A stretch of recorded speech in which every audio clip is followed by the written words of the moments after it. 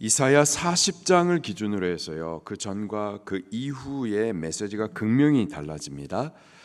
이사야 40장 전까지는 1장부터 39장까지는 유다 나라를 중심으로 해가지고 열국의 나라들의 죄, 그리고 죄에 대한 심판을 선언을 해주시죠.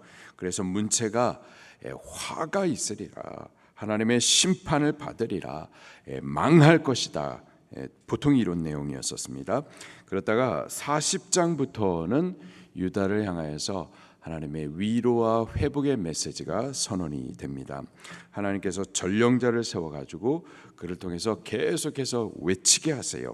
40장 1절에 내 백성에게 위로를 외치라, 노역의 때가 끝났고 죄악의 사함을 받았느니라, 가서 외치라, 이런 말씀을 해주세요. 또 40장 3절에는 또다시 외치라 말씀하세요. 이번에는 광야에 가가지고 여호와의 길을 예비하도록 외치라 말씀을 하십니다.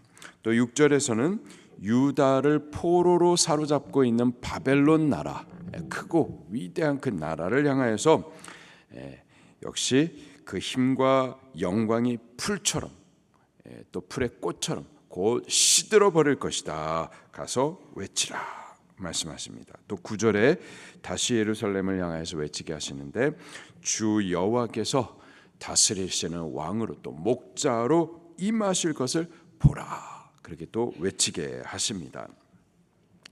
당시 아수르는 아니죠, 바벨론이죠. 바벨론 나라는 아수르를 무너뜨리고 이제 신흥 강자로 섰습니다. 패권 국가예요. 위대한 나라였었습니다. 그 힘과 영광이 극에 달해 있었어요. 그에 비해서 유다 나라는 아주 조그마한 나라입니다. 힘도 없어요. 그리고 결국 이 바벨론에 의해서 유다 나라가 망했고 또 포로로 사로잡혀 갔습니다. 이사야의 예언의 말씀이 현실적으로 믿어지지가 않는 거죠. 에이, 어떻게 바벨론이 저 힘있고 강한 나라, 영광의 나라가 망하겠는가? 어떻게 저 유다 나라를 바벨론에서부터 구원하실 수가 있겠는가? 불가능해 보였었어요. 하나님께서 이사야를 통하여서 바벨론 망하고 바벨론에 사로잡혀 있는 유다를 구원하시겠다 하셨는데, 하나님 하실 수 있나요, 없나요? 하나님 하실 수 있습니다. 그 하나님이 어떠한 하나님이신지 이제 이사야가 그 하나님을 소개를 해 주시고 계세요. 12절 말씀을 같이 봉독하겠습니다. 시작. 누가 손바닥으로 바닷물을 헤아렸으며 뼘으로 하늘을 쟀으며 땅에 티끌을 되에 담아 보았으며 접시 저울로 산들을 막대 저울로 언덕들을 달아 보았으랴. 감히 사람이 이런 일들은 할 수가 없죠. 하나님께서는 바다와 하늘을 창조하신 분이십니다. 땅과 만물들, 산들과 언덕들, 그게 우연히 생긴 것이 아니고요, 다 하나님께서 디자인하시고 기획하시고 그가 친히 만드신 작품들인 거예요. 다 하나님께서 창조하셨습니다. 여호와 하나님은 만유를, 온 우주를, 그 안에 있는 만물을 다 만드신 전능하신 분이세요. 크고 강하신 분이시죠. 그분의 지혜는 사람과 비교가 될 수가 없습니다. 13절 14절 말씀입니다. 시작. 누가 여호와의 영을 지도하였으며 그의 모사가 되어 그를 가르쳤으랴. 그가 누구와 더불어 의논하였으며 누가 그를 교훈하였으며 그에게 정의의 길로 가르쳤으며 지식을 가르쳤으며 통달의 도를 보여주었느냐. 사람이 지혜롭다 하지만은 사람들 수준에서 지혜로운 거고요, 하나님의 지혜와는 비교가 될 수가 없습니다. 바울은 굳이 우리를 하나님과 비교하자면 비교할 수가 없지만은 굳이 우리를 이해시키기 위해서 이렇게 비교를 하고 있습니다. 고린도전서 1장 25절에 하나님의 어리석음이 사람보다 지혜롭고, 하나님의 어리석음이 사람보다 지혜롭다라는 거예요. 근데 하나님이 어리석으세요? 어리석을 수가 없죠. 그런데 하나님의 어리석다면은 그것이 사람의 지혜보다 낫다라는 거죠. 또 하나님의 약하심이 사람보다 강하니라. 하나님이 아무리 약하다 하더라도 사람보다 강하세요. 근데 하나님은 약하신 분이 아니시죠. 전능하신 분이십니다. 사람과 비교가 될 수가 없죠. 사람의 생각으로 하나님을 다 이해할 수가 없어요. 하나님이 하시겠다 하면 그렇게 되는 거지, 우리가 계산해 가지고 안 될 것 이렇게 말할 수가 없는 겁니다. 이사야도요, 세상이 하나님과 비교될 수 없음을 이렇게 표현을 해주고 있습니다. 15절부터 17절입니다. 시작. 보라, 그에게는 열방이 통의 한 방울 물과 같고 저울의 작은 티끌 같으며 섬들은 떠오르는 먼지 같으리니 레바논은 땔감에도 부족하겠고 그 짐승들은 번제에도 부족할 것이라. 그 앞에는 모든 열방이 아무것도 아니라 그는 그들을 없는 것 같이 빈 것 같이 여기시느니라. 아멘. 여호와 하나님, 그분은 우주를 창조하신 우주보다도 크신 분이십니다. 열방의 나라와 권세, 또 왕들의 위엄과 주권, 그리고 사람의 지혜, 하나님 앞에 수의 칠수조차도 없는 겁니다. 아무것도 아닌 거예요. 없는 것과 같은 거죠. 그런 크신 하나님 앞에 바벨론의 그 힘과 영광이 극에 달했지만 그 바벨론, 하나님 앞에서는 아무것도 아닌 겁니다. 하나님께서 바벨론이 세워진 것도 하나님의 주권 안에서 허락된 것이었고, 또 바벨론을 무너뜨릴 수 있는 분도 역시 하나님이신 거예요. 능히 하나님은 그렇게 하실 수가 있습니다. 유다, 아주 힘없고 작은 나라지만은 바벨론에 사로잡혀 가지고 포로로 끌려가 있지만은 하나님께서 하시고자 하면은 얼마든지 자유와 해방, 구원과 회복을 얻을 수가 있습니다. 이사야 선지자를 통해서 그렇게 하시겠다 하면은 그렇게 되는 거예요. 우리의 생각에, 우리의 판단에, 우리의 계산에, 바벨론 저 큰 나라가, 저 영광의 나라가 어떻게 무너질까나, 유다 나라 저 쬐끄만 나라, 힘도 없는 나라가 어떻게 저 바벨론에서부터 구원을 받을 수가 있겠는가? 우리의 생각으로는 안 될 것 같지만 하나님 전능하신 그분 안에서는 그가 하시겠다 하면 그렇게 되는 거예요. 우리도 마찬가지입니다. 우리 민족이 심히 무지했죠.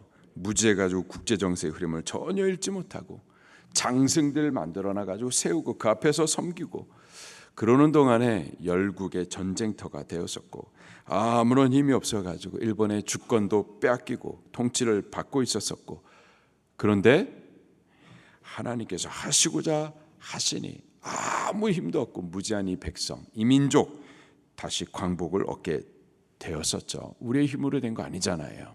하나님께서 하신 겁니다.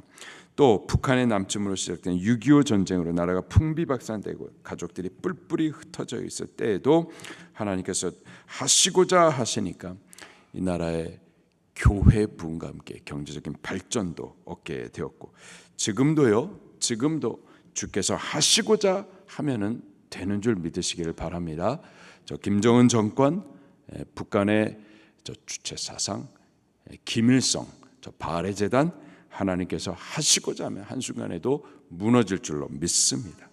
그리고 이 나라 저 나라 75년 이상 이렇게 분단된 나라, 그러나 하나님께서 하시고자 하면 언제라도 통일 대한민국을 이루실 줄로 믿습니다. 우리 자녀들도 마찬가지예요. 우주를 창조하신 하나님께서 이 땅에 오셔서 우리를 치유하시고 사람들의 질병을 고치신 그 주님께서 얼마든지 우리 자녀들 고치실 수가 있는 줄로 믿습니다. 얼마든지 주께서 하시고자 하면은 세우실 줄 믿으시기를 바랍니다. 여호와 하나님, 그분은 전능하신 분이세요. 그가 하시고자 하면 바벨론 불어버리시고 또 유다 구원하실 수 있는 분이시죠. 혹 어떤 사람들은 여호와 그분도 뭐 신, 그냥 모든 나라에 있는 그 신들 중에 하나 아니냐, 이렇게 또 생각하는 이들이 있을 수 있겠는데요. 여호와 하나님, 그분은 이방의 신들과 비교가 될 수 없는 분이시죠. 18절부터 20절까지 또 읽겠습니다. 시작. 그런즉 너희가 하나님을 누구와 같다 하겠으며 무슨 형상을 그에게 비기겠느냐. 우상은 장인이 부어 만들었고 장색이 금으로 입혔고 또 은사슬을 만든 것이니라. 궁핍한 자는 거제를 드릴 때 썩지 아니하는 나무를 택하고 지혜로운 장인을 구하여 우상을 만들어 흔들리지 아니하도록 세우느니라. 세상의 모든 신들이라 일컬음을 받고 있는 것들, 그것들은 다 헛된 우상들이죠. 사람이 만들어 가지고 세운 거예요. 사람이 만들기 전에는 존재하지도 않았었던 거고, 사람이 만들어 가지고 입도 눈도 코도 만들어 놓고 금으로 장식해 놓고 은으로 사슬을 만들어 놓고 또 잘 모셔 가지고 세웠더니 거기 세워져 있는 것뿐이고 실제로는 듣지도 보지도 말하지도 못하고 우리를 돕지도 못하고 구원하지도 못하는 헛된 것들이죠.